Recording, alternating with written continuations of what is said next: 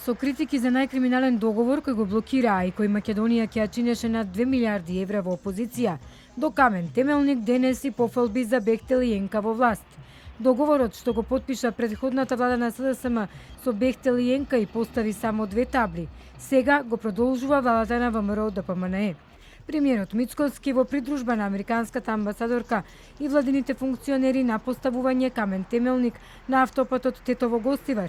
Мицкоски во обраќањето кажа дека автопатот долг 18 километри ќе има подобра поврзаност со Јадранското и Јонското море, што е значајна алка за НАТО. Првиот е овој на кој што денеска се обраќаме, а тоа е коридорот 8. Вториот е коридорот 10, коридорот 8 кој што ги поврзува Јонското и Јадранското море со Црното море, коридорот 10 кој што го поврзува во овој дел од Европа, Средоземјието со Централна Европа, но и коридорот 11 кој што поминува во нашето источно соседство.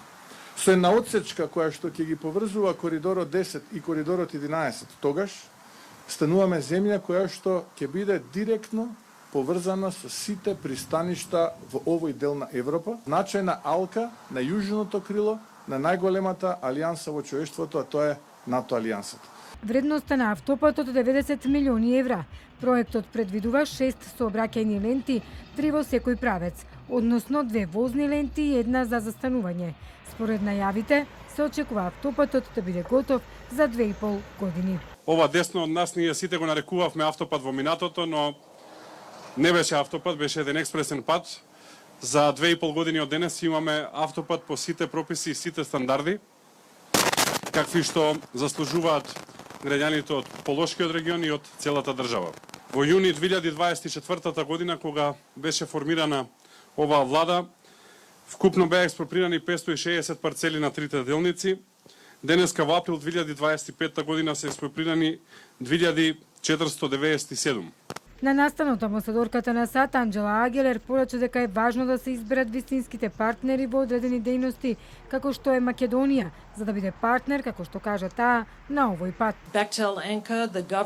Важно е да се изберат правите партнери во одредени дејности и мене ми е драго што ние избравме и македонската влада, македонскиот народ и сите наши пријатели овде да бидат партнери на овој пат. Задоволство ми е да бидам чест на отварање, да бидам дел од отварањето на оваа делница. Реагираа од СДСМ, од каде велат дека денешниот камен темелник уште еднаш ја разоткрива целата дволичност и лицемерие на ВМРО ДПМНЕ. Токму проектот со Бехтел и Енка, што тие со месеци го оцрнува, го блокира и го нарекува историски криминал, денес со гордост го промовираат. Ако е историски криминал, дали тоа значи дека ВМРО ДПМНЕ влегува во криминал? Договорот меѓу Бехтел и Енка и владата на Ковачевски, кој го продолжи владата на Мицкоски, го тресеа низа политички обвинувања. Основното јавно обвинителство отвори и предмет за фирмите кои го добија тендерот за надзор на изградбата, но одлука за евентуална истрага нема.